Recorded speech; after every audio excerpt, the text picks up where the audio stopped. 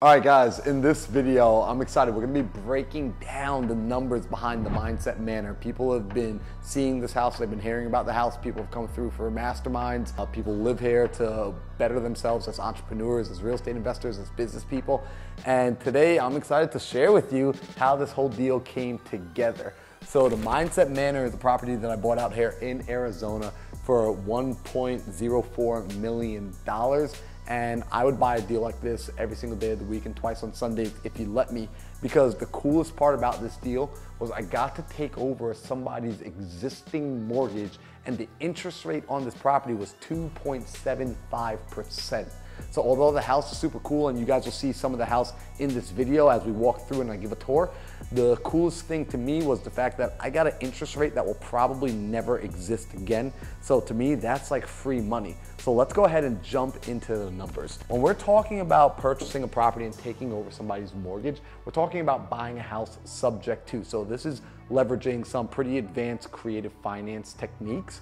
And I want to share with you guys what you want to look for when you're doing a deal like this. So the first thing we want to figure out on a creative finance deal is what's our entry. And so you'll often hear people say this like, hey, what's the entry fee or what's the entry cost? I'm gonna break down the entry fee for this particular deal, and I got the numbers over here on my laptop so I don't get them wrong. With this particular property, the homeowner had gotten into a bit of a sticky situation. They had lost their job temporarily. I'm still in contact with them to this day. They actually got their jobs back and they're in a much better place, and we're still good friends to this day. I actually sent them a happy birthday text and all. But at that season of life, they had lost a job and the property had gone into a bit of pre-foreclosure. So the home was in arrears. And I'm gonna go ahead and put that number down here first, because I want to just get that number out of the way. That number ended up being close to 56K after all was said and done. Hopefully, Ben, we're able to see this on camera, right? Perfect. So the cash to seller, they were agreeing to let us take over their mortgage if we were able to cash them out of their equity position. So this looked like us giving them a handful of cash so they could move on to the next season of life, get the next property, get into the next location. So we ended up giving them $25,000 to take over their payments. We agreed that we would catch up the arrears on the back end. So we were gonna take care of all the missed payments, all the late payments. Also, guys, we got a live studio audience, which is cool here today. The cost of acquisition. So the cost of acquisition, this is like if you have to pay a real estate agent or a wholesaler or somebody for bringing us the deal. So in this case, there was a wholesaler who collected what did we pay that person? We paid them a $5,000 assignment. And by the way, they got paid $5,000 on a deal they were about to lose because they didn't understand how to put this deal together creatively. They were trying to make cash offers, but the homeowners owed about $950,000 on their original mortgage, and they were trying to make offers for the property around $800,000. This is $1 million property. If you're gonna buy it for cash, you have to buy it at a discount as an investor in order to make money. But no matter what, there was no cash offer that would have gotten this deal done without the investor losing money. So that wholesaler was actually gonna lose the deal, and he reached out to my partner Ingrid and got her involved, and Ingrid got me involved so that we can put this property under contract creatively. So for him bringing us the deal, for simply making an introduction, he made $5,000. How cool is it that you can make $5,000 for just simply connecting two people on a phone call? He did nothing else after that. So our closing costs on this particular property, our closing costs ended up being around $5K as well. Our holding costs on the property, luckily we were able to move in rather quickly, but in this particular property, we budgeted $5,000 as well. And for this particular property, marketing, we didn't have to do any marketing because I have a pretty strong social media presence and social media following on Instagram, Facebook, and YouTube. So I was just able to use my social media to do the marketing. And I'm gonna tell you what the exit strategy was with this property. So our marketing budget was at $0. So if I add all of this up, we've got the 25K plus the 56K. So we're looking at 71,000, then we've got 76,000, then we've got 81,000, and we've got $86,000. So we're looking in total at an $86,000 entry fee. And so when we looked at the $86,000 entry fee, what we ultimately decided to do, because one of my rules, if you watch my video on flipping, you know that I always like to borrow more money than I need. So we recognized, hey, we're gonna need $100,000 to get into this property, do the things we wanna do, and have the funds to make sure that everything is settled. So ultimately, I'm just gonna go ahead and erase the 86 and just call my entry fee 100K. So remember that number, we're gonna come back to it here in just a minute. Now bringing it over to the side, this is about getting into the deal, but now, after I get into the deal, what can I do with it? Because it's not just about how do I get into the property, because effectively $100,000 on $1 million purchase is about 10%. So that's beating conventional lending. Most people have to pay 20%, or on an investment property, 25 to 30% to get into the deal. I'm getting into the deal at 10%. So I'm already at a win. But let's talk about what am I gonna do with the property if I get it, because this doesn't tell me if I have a good deal yet. This is the second part of the equation. So from the rental income, we had to look at what could we do with the property. This is a massive 6-bedroom, 4.5 bath, located just outside, about 2 minutes away from a major hospital, where we could rent it out as a traditional rental and we'd be pulling in about $6,000 per month. We could rent it out to a midterm rental to travel nurses, and we'd be getting closer to $8,000 a month. But we did something even cooler. We turned this house into an entrepreneurial incubator where we rent out the rooms to different entrepreneurs where we're able to earn even more. But let's just look at it. When I underwrote the property, I underwrote it as if we were gonna rent it out as a midterm rental. So we were looking at $8,000, and we felt very confident just based on the location and the size of the house. 4,700 square feet, a gym, 4-car garage, pool, hot tub, amenities everywhere. And again, we are walking distance from the hospital, so we felt very confident with this number. So we knew $8,000 a month could come in as gross income. Equity to the seller. So we had to figure out if we were gonna have to make any payments to the seller. On this particular deal, we were able to cash them out right away of their equity, so we didn't have any equity payments, so it's $0. Now, we raised private money to get into this deal. $100,000, we raised private money from a good friend of ours, shout out to Maria. She lent us $100,000 at 8% interest on a 5-year term. So her money is working for us inside of this deal for 5 years. She's getting monthly checks for just having her money sit inside this house rather than sitting in a bank account making less than 1%. So Maria is absolutely loving that deal. And because she worked with us on this project, we actually even gave her a portion of the equity as a silent partner. So she's also able to depreciate her earned income from her main W-2. So that's a whole nother thing. You want to talk to your CPA about that, but that's the power of real estate. So our PML at 8%, because I don't remember the numbers, let's actually look and see. We're paying her $667 per month. So we got $667 going out every single month to Maria.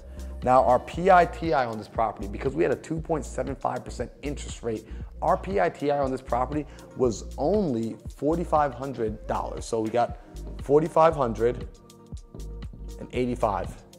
And some people are like, Marlon, did you just say only 4,500 bucks? Abso-freaking-lutely, because right now there are people out here trying to purchase homes in the $500,000 price range that, due to interest rates, they're paying about the same as me for half the size of the house, worth half the amount of the house. This is the power of a good interest rate. This is why I was so excited about this deal when I first got it, because the power of low interest rates means your monthly affordability is there. This is the power of creative financing. So I'm a cash buyer. I love BRRRR. I love equity. However, when I can get a low interest rate like this that brings my monthly payments down this low, I am absolutely excited. So for our property, we decided that every single month we were gonna put money aside in our war chest, and we budgeted that we would save $700 every single month that would go towards the war chest. We decided we were gonna get a secondary insurance policy on this, which was gonna cost us an extra $150 per month. And there's an HOA fee inside this property for about $84. So all of this added together, we're looking at essentially, let's just add it up right now. Guys, this is the fun thing about having a laptop. So we're looking at monthly expense right now of $6,186 every single month of what goes out for just paying the expenses. But again, we've got rental income potential of $8,000. So real quick, napkin math, if it's gonna cost you a little over 6 grand, but you can make 8 grand every single month, how often would you do this deal? For us, we would do it every single day and twice on Sundays if you would let us. So what ends up happening on a property like this, we end up getting net cash flow of, on this particular property, around $1,800. A little bit more than $1,800 is what we make every single month on this property. Now, the truth is we actually make a little bit more because we do rent it out by the bedroom, and what we also do is we end up doing events here. So I just hosted a mastermind here last week where every single quarter we'll do a mastermind where participants are coming in from all across the US to sit down for 3 days, work on their businesses, work on their mindset, work on their lives, and people are paying anywhere from $2,500 to $5,000 and in the future more to come and enjoy those weekends. So with those weekends, we're able to produce anywhere from $10,000 to $50,000 for just a 3-day weekend, which was all a very intentional part of buying a property and making sure that it was this size, it had this level of amenity, and it had this sort of performance capacity.